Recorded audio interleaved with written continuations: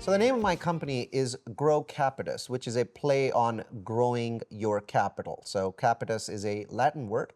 So the purpose of Grow Capitus is to use data to find opportunities. In late 2019, a city in Idaho called Idaho Falls started moving up my charts. And there was a regional effect. There were even smaller cities near it called Pocatello, Logan, and Twin Falls that were also moving up the chart at the same time. I was curious to figure out what was happening in Idaho Falls, because typically I don't look at cities that small. The metro is only 154,000 people. So I get on a plane, I go there, and I learned that Idaho Falls has Idaho Falls National Laboratories. And this is basically a research lab for anything related to nuclear energy. Whether you're building a nuclear engine on an aircraft carrier, or you're building a nuclear plant for electricity, or you're building nukes to blow stuff up, you have to go to INL. And INL is funded all the way to 2064, so it's really well funded. And what was happening is that as our world starts to become more dangerous, the government starts to pump more money into all kinds of things. We need more aircraft carriers, we need more destroyers. Well, all of those use nuclear energy. And what had happened is, starting about 15, 20 years ago, the United States started shutting down our nuclear plants. And we shut down these nukes because of the climate lobby thinking that nuclear energy is bad. They're wrong. Nuclear energy is great and we should have kept all those plants. But as we shut the plants down, all of the companies that were keeping all of these plants operating started going out of business because there was no new business available. So we started losing all of the competency.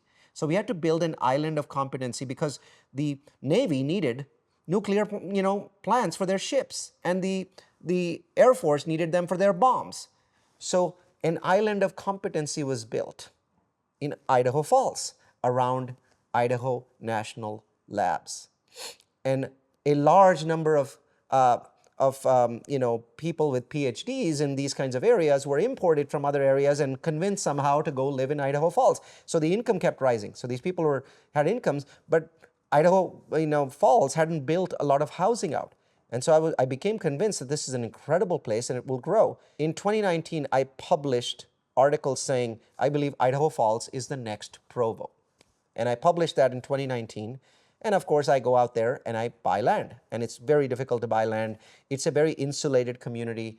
And so we built this property, which was a small property. I've built properties that are 8 times larger in size than this property in terms of dollars. So it was a small property because it was a small town. But it turned to be the most important property in my career because my life mission, which I call Mission 10K, a mission to build 10,000 rental townhomes, came out of this little project. So I found this 5-acre piece of land, and it's right in the middle of the city, and I'm like, oh my God. On one side I have Starbucks, on the other side I have the largest church in Idaho Falls. Both are equally important. This is a Mormon community. And I'm like, why doesn't anybody build anything on this? Well, I find out that as it happens, there's a bunch of homes backing up to this piece of land, and the former mayor lives there, and he's very vocal about not having any apartments being built next to his home. And so since 1994, developers have tried to build something, and every single one of them has failed. So I'm an apartment developer, and I realize it's a fool's errand to try to build an apartment here. This guy knows everybody. He's never going to let my property pass through. So I start doing research on building townhomes, because townhomes look like single-family homes. If you think about a townhome, it's basically 4 single-family homes clubbed together. There's still a garage, there's still a backyard. They don't look anything like apartments, and they're not high. They're not high, right? They're 2 floors. So I create a plan for townhomes, and I go back to this gentleman and directly address it with him. And I say, look, your city is exploding. Your home prices are going crazy. We have to build more housing. Rebecca Casper, the mayor, loves what we're doing with townhomes. Could you let us through? And he was very grumpy because he had been, for 20 years, his ego, his identity was tied to making sure this piece of land never got anything built on it. But eventually I was able to convince him, and he came to the city council meeting and said, this is the best use of this land in the last 25 years. Why? Because I don't want the people of Idaho Falls to live in apartments. I want the people of Idaho Falls to live in homes. And Neal Bawa is giving them a home. They're not able to afford homes because Idaho Falls homes were going insane. And this is the next best thing. You still get to live in a home and have a backyard, a front yard, a place for your dog to poop, but it's a little bit smaller and it's cheaper, and the rents are only about $1,600 according to this guy Neal Bawa. Maybe there'll be more, but that's what he says, and I believe him. And he came to city council. I got approval. I bought the land, and as I start construction, COVID hits. Supply chains go crazy. But I'm so fixated on this because the more I learned, the more I realized that townhomes are different from apartments. I'm an apartment guy. I build them. I buy them. So what I do is, as I'm building Idaho Falls, I decided to do a survey of the people that I had in my apartments. And I did a survey, not with all of the apartments, just a small subset. And I asked them 2 questions that changed my life. The first question was, are you happy? Just, are you happy in my apartments? And about 75% of the people said, yes, we're reasonably happy. And I was okay with that. And then the second question was, is this your home? And very few people living in my apartment said yes. To all of them, they were waiting one day to make enough money or to gather enough money to buy a home. My apartment was just simply a place for them to live while they were waiting for their life to start. And that hit me hard because I'm an immigrant and I wanted to do something good for America. And I thought that by building apartments, I was doing something good. I am. But it wasn't bringing happiness to the people that were living there. It was just a convenience, a way station to their goal. So I finished building up Idaho Falls, and it leased up in record time. And I asked the same 2 questions from those tenants in this small little townhome community. Almost everybody I asked said, this is my home.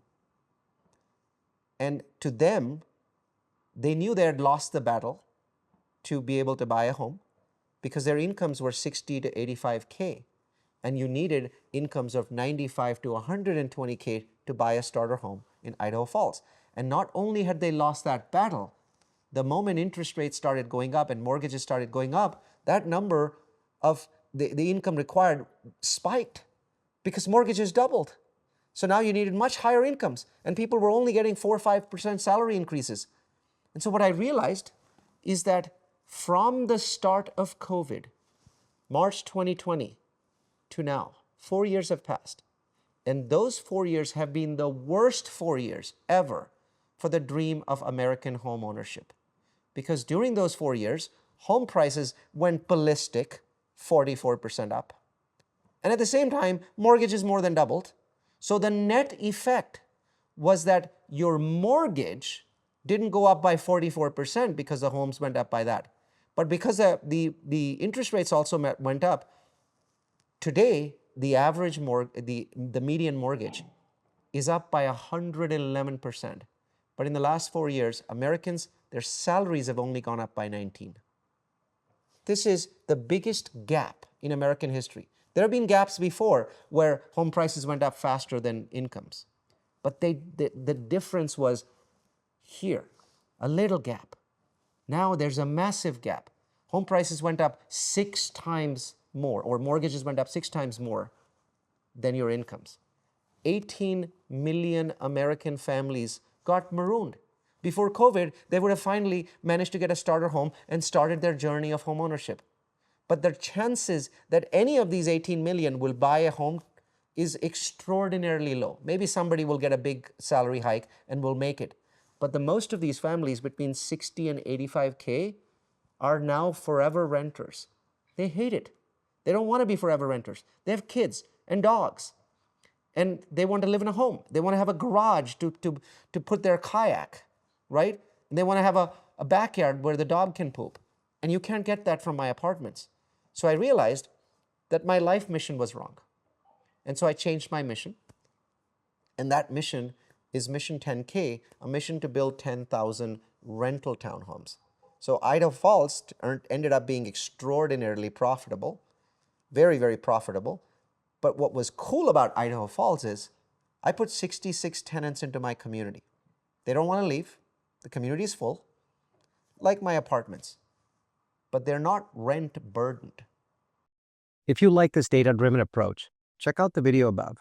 That's where I go full mad scientist and I show you how to turn numbers into cash flow. Data to dirt to doors.